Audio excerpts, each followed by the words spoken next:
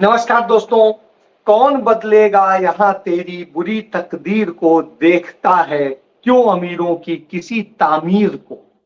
गर अगर तू चाहता तेरी अलग पहचान हो, हौसला करके मिटा देना गलत तहरीर को। हर घड़ी हर आदमी बेचैन होकर घूमता, ख्वाब होते हैं अलग, तरसे सभी ताबीर को। ढूंढने से कब मिला सबको मुकम्मल ये जहां, कौन कब बेच डाले तेरी किसी तस्वीर को। गीतांजलि गुप्ता जी की ये पंक्तियां हैं और इन पंक्तियों के साथ मैं बात शुरू करता हूं, क्योंकि आज देश बेचा जा रहा है और देश की जो हालत है उसको लेकर के हम सब जानते हैं। तकदीर तो कोई बदल नहीं रहा है, नाम बदल रहा है। तामीर जो है वो किस तरीके से, सारी चीजों को लेकर के जब हम चर्चा करते हैं तो स्वाभाविक सी बात आती है सामने कि हमने कौन सा भारत बनाया है, कौन सा इंडिया बनाया है, कौन सा हिंदुस्तान बनाया है, और क्या हम इसको समझते हैं, और किस हिंदुस्तान की, किस भारत की, किस इंडिया की हमने तस्वीर देखी थी। हमने एक सपना देखा, वो सपना क्यों रोज पर रोज तोड़ा जा रहा है, बिखर रहा है, क्योंकि जिन्हें इस सपने को साकार करने की जिम्मेदारी थी वही उसे तोड़ने में जुटे हैं, बर्बाद करने में जुटे हैं, क्योंकि उन्हें अपने लिए सब कुछ चाहिए। तो इसलिए ये हालत है। और जब यह हालत हो तो निश्चित रूप से बात बनती है कि आखिर कौन सी तस्वीर आप दिखाना चाहते हैं। एक छोटी सी मैं बात बताता हूं। 440 ईसा पूर्व ग्रीक इतिहासकार हेरोडोटस, यानी जब यीशु मसीह भी नहीं हुए थे, जब महाभारत, जो श्रीमद् भागवत और ये सारे जितने ग्रंथ हैं तब तक नहीं लिखे गए थे, तब ग्रीक के उस इतिहासकार ने 440 ईसा पूर्व उसने लिखा था, इंडिया के पूर्व में एक भूभाग है जो पूरी तरह से रेत से बना हुआ है। एशिया के पूर्व में जहां सूर्योदय होता है, इंडिया उसके सबसे करीब है। आप ये समझिए। इसके बाद 400 से 300 ईसा पूर्व जो है इसको होंदू कहा गया, और हिब्रू बाइबल में इसका जिक्र है। फारस के राजा अहासुर्स ने होदू, इंडिया जिसे कहते, होदू से कुश, इथोपिया जो है, तथा 172 प्रांतों पर शासन किया, यानी भारत उनके शासन में था।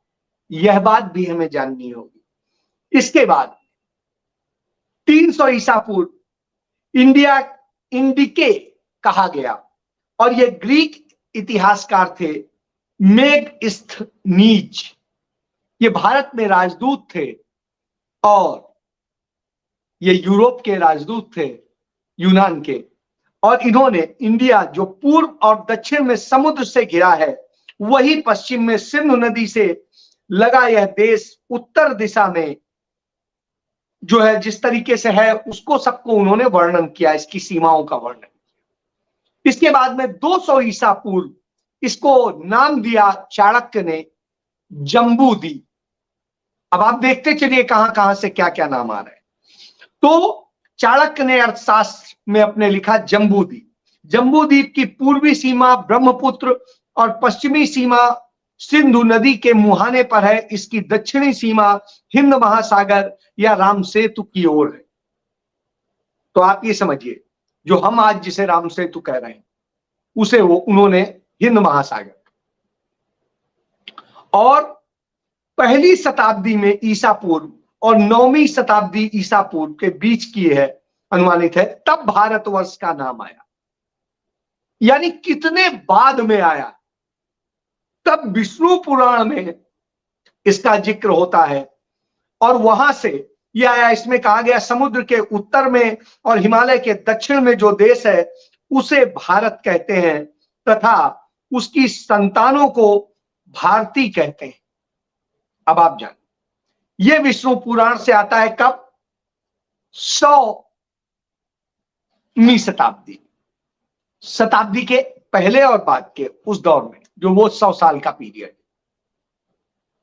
अब आप समझिए, इसके बाद में 2062 ईस्वी आ गई, उसमें इसे हिंदुस्तान नाम दिया। नक्श ए रुस्तम ईरान के सासनी सम्राट शाहपुर प्रथम के नक्श ए रुस्तम शिलालेख में हिंदुस्तान का उल्लेख किया जाता है। फिर 1020 ईस्वी में इसे हिंद कहा गया और अल बरूनी ने इसे हिंद कहा और उन्होंने इसको इसी तरीके से डिफाइन किया। तो आप इससे समझ सकते हैं कि इसके कितने नाम आए। तो जो सबसे पहला नाम आता है वो इंडिया ही आता है। इंडिया से पहले कोई भी नाम नहीं था जिसे आप भारत कह दें या कुछ कह दें। कहीं मगध राज्य होता था, कहीं कुरु राज्य होता था, कहीं द्रविड़ राज्य होता था, कहीं कोई और राज्य होता था। भारत नाम का कोई भी राज्य, देश कुछ भी नहीं होता और वो देश कहलाते थे मगध देश, कुरु देश। तो ये स्थिति थी। इसके बाद में यीशु के पैदा होने के 440 साल पहले, यानी ईसाई धर्म के पहले, जब कहीं पर भी अंग्रेजी हुकूमत किसी का कहीं कोई नामो निशान नहीं था, तब यह नाम आया। सबसे पहला नाम, इस क्षेत्र को इंडिया कहा गया। साहब, यह एक सत्य है। चलिए, इस पे बहुत ज्यादा बहस का मुद्दा नहीं है। बहस का जो मुद्दा है उस पे करते हैं। संसद का विशेष सत्र लाया जा रहा है, उसी दिन लाया जा रहा है 18 सितंबर को, जिस 18 सितंबर 1949 को इंडिया नाम कंफर्म किया गया था। तो उसके एवज में 2023 में आ रहा है। अब पता नहीं किसका नाम कंफर्म होगा, नहीं होगा, क्या होगा। तो एक तो ये।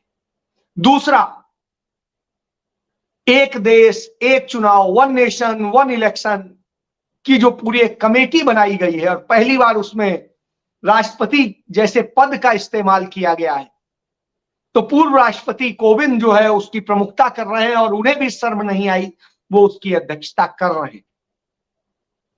और उसमें विपक्ष की भारी जो भागीदारी है वो ना के बराबर है। एक सदस्य सिर्फ रखा है, बाकी आधा दर्जन सदस्य जो है भाजपा के कह दीजिए, सरकार के कह दीजिए, मोदी के कह दीजिए, आरएसएस के कह दीजिए, जो भी कहे। तो उस बैठक में विपक्ष से जो एकमात्र अधीर रंजन चौधरी हैं, जो कांग्रेस के सांसद हैं, लोकसभा में नेता हैं, उन्होंने जाने से इनकार कर दिया। उन्होंने कहा यह मनमानी ढंग से हो रहा है और मुझे इसकी कोई भी सूचना उस तरीके से चिट्ठी भेज के और किसी तरीके से नहीं आई। एक जूनियर लेवल का कोई व्यक्ति उन्हें कॉल करके कहता है ऐसे मीटिंग बुलाई गई, आप आ जाए। गजब की स्थिति है। कमेटी बना रहे हैं, सब कुछ कर रहे हैं और उस नोटिफाई कर रहे हैं, उसके बाद इस तरह से बुलाया जाता है।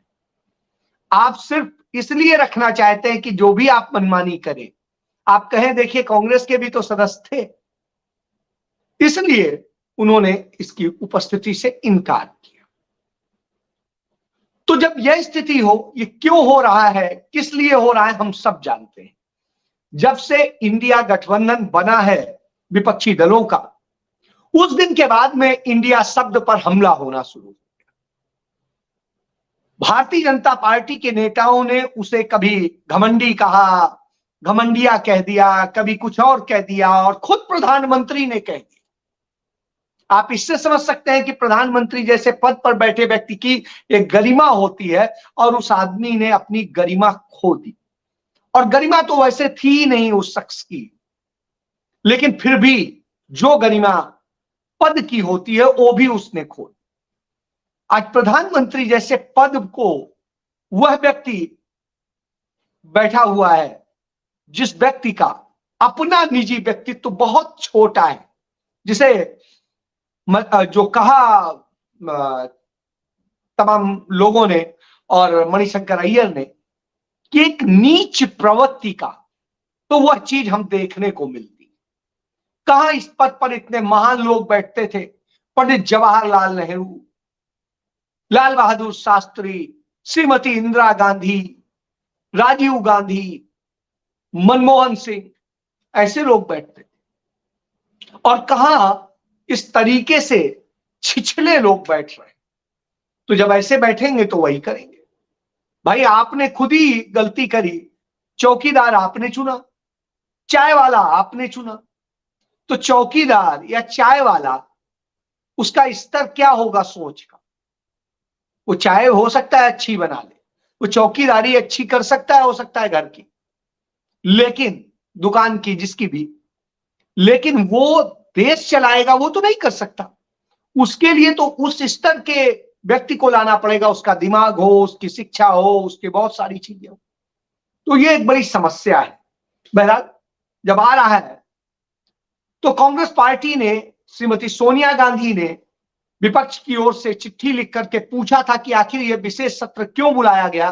क्योंकि कोई भी सत्र बुलाया जाता है तो उसकी पूरी एजेंडा सूचना पहले दी जाती है विपक्ष के सभी वरिष्ठ नेताओं को, और इसको ऑफिशियली घोषित किया जाता है। लेकिन यहां नहीं पता है कि क्यों बुलाया जा रहा है, एक सस्पेंस बरकरार।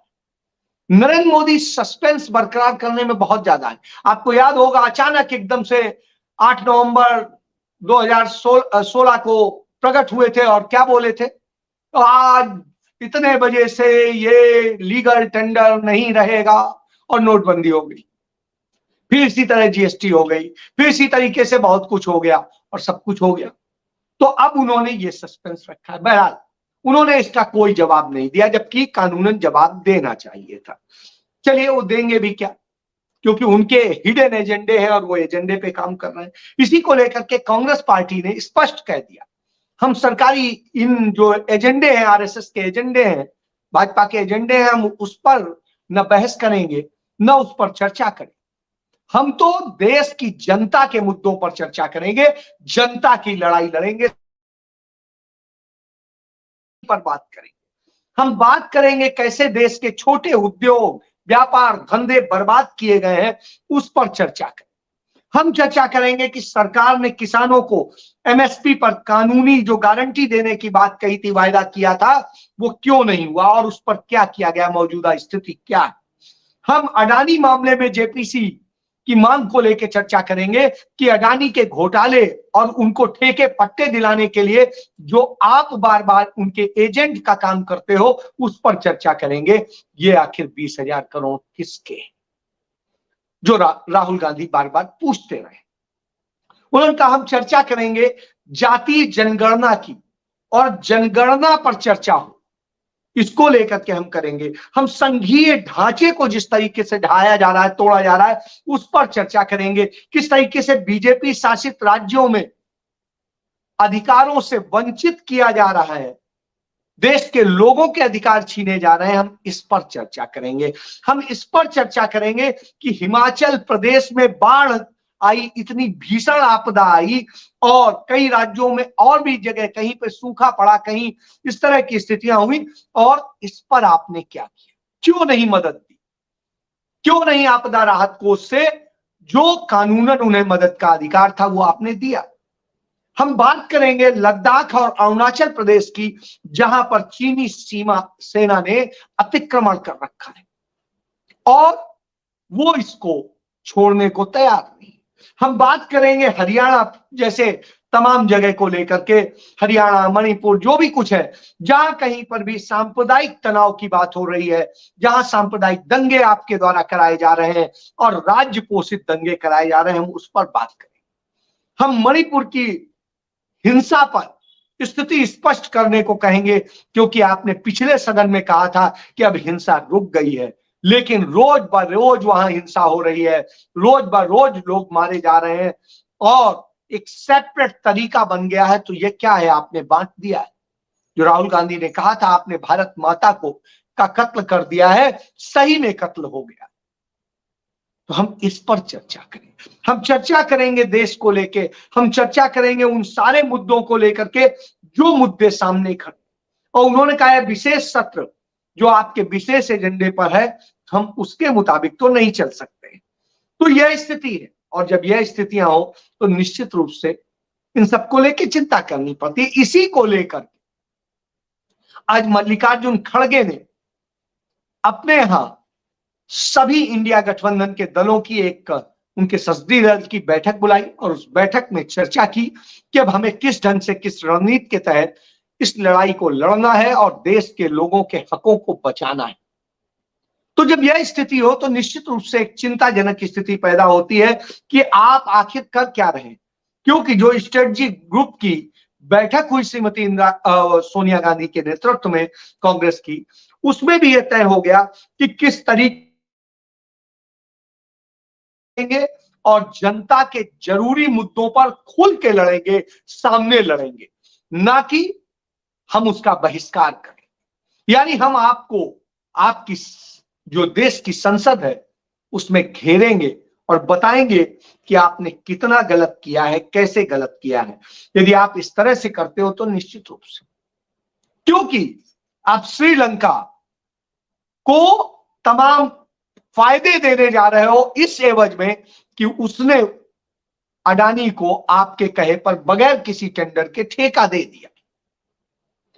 यानी आप देश बेचते हो उनके लिए, उन्हें लाभ दे करके आप उसका लाभ उधर दिलाते हो। यह दलाली का काम होता है। हम इस पर बात करें तो यह दलाली जो है, और राहुल गांधी बार बार कहते हैं अडानी मुद्दे पर, प्रधानमंत्री और अडानी के रिश्तों पर और इन सब पर एक बृहद जांच होनी चाहिए, जेपीसी होनी चाहिए। और इसको लेकर के जब तक यह नहीं होगा, क्योंकि यह रुपया किसका है यह सामने आना जरूरी है, क्योंकि वास्तव में यह रुपया भारत की जनता का है जो आपने लुटाया है। यह पैसा आरएसएस का है, बीजेपी का है, किसका है, यह बात सामने आना चाहिए। या किसका काला धन है, क्योंकि काला धन तो देश में लौटा नहीं, जो आपने आज से 9.5 साल पहले वायदा किया था। अब तो करीब करीब आपके बोलते बोलते 10 साल होने आ रहे हैं। तो ऐसी स्थिति में आपने देश को दिया क्या? भ्रष्टाचार, गरीबी, भुखमरी और बेरोजगारी, सांप्रदायिकता, नफरत, हत्याएं, बेटियों से बलात्कार, नंग परेड, क्या आपने दिया? आपने भले ही तमाम अस्पतालों में एम्स लिखवा दिया हो, लेकिन लोगों को दौड़ के नेहरू के बनाए ही एम्स में जाना पड़ता है। तो आप समझिए, आप न वैसे आईआईटी बना सकते हो, न एम्स बना सकते हो, न कुछ बना सकते हो। आप सिर्फ नाम बदल के अपना टैग लगा सकते हो और वही कर रहे हैं। और उसका भी इतिहास आपको पता नहीं। आप अंग्रेजी शब्द बोलते हो, अंग्रेजी नहीं है, इसीलिए कहा जाता है थोड़ा सा पढ़ लेते तो कुछ पता चल जाता, लेकिन वो पढ़ते कैसे? इसके साथ मैं आप पर छोड़ता हूं, आप सोचिए कि आपने किस व्यक्ति को चुना, और ऐसे व्यक्ति को चुना जो आपका, आपके बच्चों का, आपके परिवार का, आपके समाज का, देश का, सबका भविष्य बर्बाद कर रहा है। आपको वह व्यक्ति पप्पू लगता था, जो व्यक्ति सच बोलता था, जो व्यक्ति 15 साल से जो बोलता आया वही सच हुआ है, एक भी चीज उसकी गलत नहीं हुई है, जो भी उसने बोला है वह आपको पप्पू लगा। वह व्यक्ति जो झूठ, मक्कारी सब कुछ परोसता रहा वो आपको सच्चा लगता है। तो फैसला आपको करना है, आपको किसके साथ खड़ा होना है। जय हिंद।